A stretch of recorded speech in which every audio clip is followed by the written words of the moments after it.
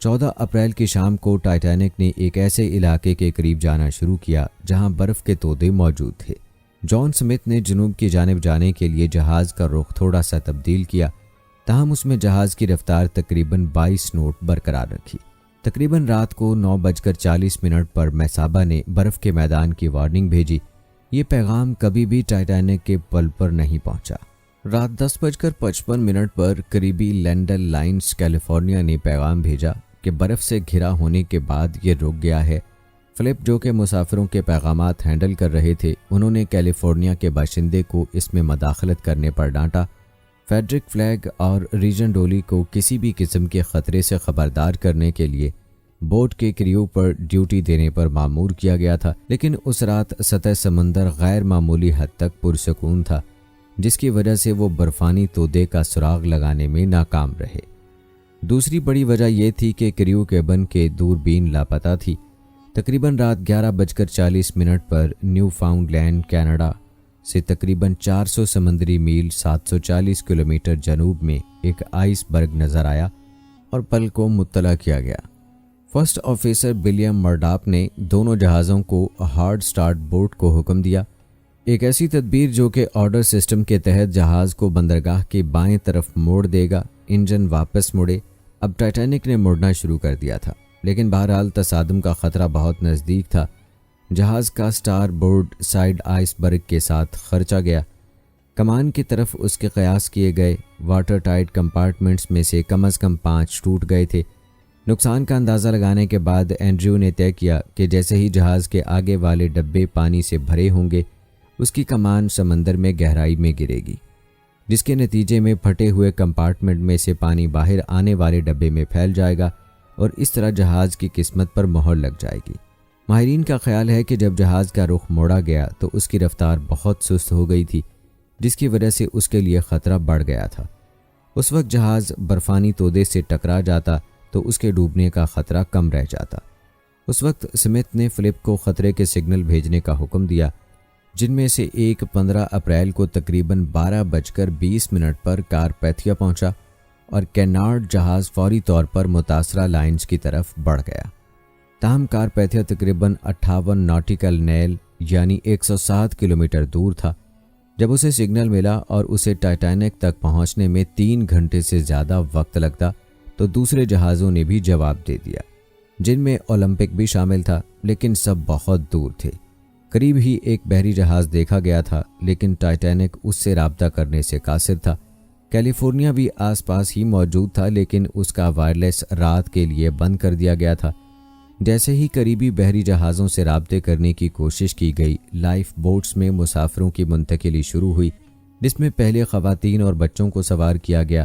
اگرچہ ٹائٹینک کی life bots کی تعداد برٹش بورڈ آف ٹریڈ کی ضرورت سے زیادہ تھی، لیکن اس کی 20 کشتیاں صرف 1178 افراد کو لے جا سکیں، جو کہ مسافروں کی کل تعداد سے بہت کم تھی۔ یہ مسئلہ لائف بوٹس کی گنجائش سے کم لانچ ہونے کی وجہ سے اور بڑھ گیا، کیونکہ عملے کو خدشہ تھا کہ مسافر لوڈ کرنے والے کلینک پوری طرح سے بھری ہوئی کشتیوں کے وزن کو سہارا نہیں دے پائیں گے۔ ٹائٹینک نے اپنی طے شدہ لائف بوٹ ڈریل کو دن کے شروع میں منسوخ کر دیا تھا، اور عملہ اس بات سے بے خبر تھا کہ بالقاصد میں بیورٹس کا تجربہ کیا گیا ہے۔ لائف بوٹ نمبر 7، جو کہ ٹائٹینک سے نکلنے والی پہلی کشتی تھی، اس میں صرف 27 افراد سوار تھے، حالانکہ اس میں 65 کے لیے جگہ تھی۔ آخر میں لائف بوٹس میں صرف 750 افراد کو بچایا جا سکا۔ جب مسافر لائف بوٹس میں داخل ہونے کا انتظار کر رہے تھے تو ٹائٹینک کی موسیقی کاروں نے ان کا دھیان بانٹنے کے لیے مسلسل موسیقی بجاتے رہنے کو ممکن بنائے رکھا تھا۔ ذرائع اس بارے میں مختلف ہیں کہ انہوں نے کتنی دیر تک کارکردگی کا مظاہرہ کیا۔ کچھ رپورٹ کرتے ہیں کہ جہاز کے ڈوبنے سے کچھ دیر پہلے تک تھا۔ قیاس آرائیوں میں وہ آخری گیت یہ شامل تھا جو انہوں نے پیش کیا تھا: ممکنہ طور پر یا تو خزاں یا میرے خدا کے قریب کوئی بھی موسیقار ڈوبنے سے نہیں بچ سکا۔ رات کو تقریباً 1 بجے سیڑھی کے پاس پانی آنا شروع ہو گیا، اور اس پریشانی میں کئی مسافروں نے لائف بوٹ نمبر 14 پر سوار ہونے کی کوشش کی۔ فلپس کی پریشانی اور بڑھتی ہوئی مایوسی اس کی عکاسی کر رہی تھی۔ صاف نظر آ رہا تھا کہ جہاز زیادہ دیر تک نہیں چل سکے گا۔ جیسے جیسے ٹائٹینک کا کمانڈر ڈوبتا جا رہا تھا۔ پچھلا حصہ پانی سے باہر نکلنا شروع ہوا، جس سے درمیانی حصے پر ناقابل یقین دباؤ پڑا اور تقریباً 2 بجے پچھلے حصے کے ستون پانی کے اوپر واضح دکھائی دے رہے تھے اور صرف لائف بوٹس اس جہاز پر رہ گئی تھیں۔ وہ 3 کشتیاں تھیں۔ اسمتھ نے عملے کو یہ کہتے ہوئے چھوڑ دیا کہ ہر آدمی اپنی جان بچانے کی کوشش کر سکتا ہے۔ اسمتھ کو واضح طور پر آخری بار پل میں دیکھا گیا تھا اور اس کی لاش کبھی نہیں ملی تھی۔ رات تقریباً 2:18 پر ٹائٹینک کی روشنیاں چلی گئیں اور اس کے بعد کمان پانی کے اندر جانے کے ساتھ 2 حصوں میں ٹوٹ گئی۔ رپورٹس نے بعد میں قیاس کیا کہ اس حصے کے لیے تقریباً 6 منٹ لگے، جو ممکنہ طور پر تقریباً 30 میل یعنی 48 کلومیٹر فی گھنٹہ کی رفتار سے سفر کرتے ہوئے سمندر کی تہہ تک پہنچے۔ پچھلا حصہ لمحہ بہ لمحہ دوبارہ اٹھنے سے پہلے پانی میں واپس آ گیا، آخر کار سیدھا کھڑا ہو گیا اور اپنی آخری چھلانگ شروع کرنے سے پہلے یہ مختصر سی اس پوزیشن میں رہا۔ رات 2:20 پر سیدھا کھڑا ہونے والا جہاز بھی بحر اوقیانوس کے نیچے غائب ہو گیا۔ مبینہ طور پر پانی کے دباؤ کی وجہ سے وہ حصہ جس کے اندر اب بھی ہوا موجود تھی ڈوبتے ہی پھٹ گیا۔ یوں سینکڑوں مسافر اور عملہ برفانی پانی میں چلا گیا۔ دلدل میں ڈوب جانے کے خوف سے لائف بوٹس میں سوار افراد نے زندہ بچ جانے والوں کو لینے کے لیے واپس جانے میں تاخیر کی۔ جب تک وہ واپس روانہ ہوئے، پانی میں موجود تقریباً تمام لوگ مر چکے تھے۔ آخر میں 1500 سے زیادہ لوگ ہلاک ہوئے، عملے کے علاوہ، جس میں تقریباً 700 ہلاکتیں ہوئیں۔ تیسرے طبقے کو سب سے زیادہ نقصان اٹھانا پڑا، تقریباً 710 میں سے صرف 174 بچ پائے۔ یہ بھی دعویٰ کیا گیا تھا کہ 3rd کلاس مسافروں کو لائف بوٹس میں جانے سے روکا گیا تھا، لیکن بعد میں اس دعوے کو غلط ثابت کیا گیا۔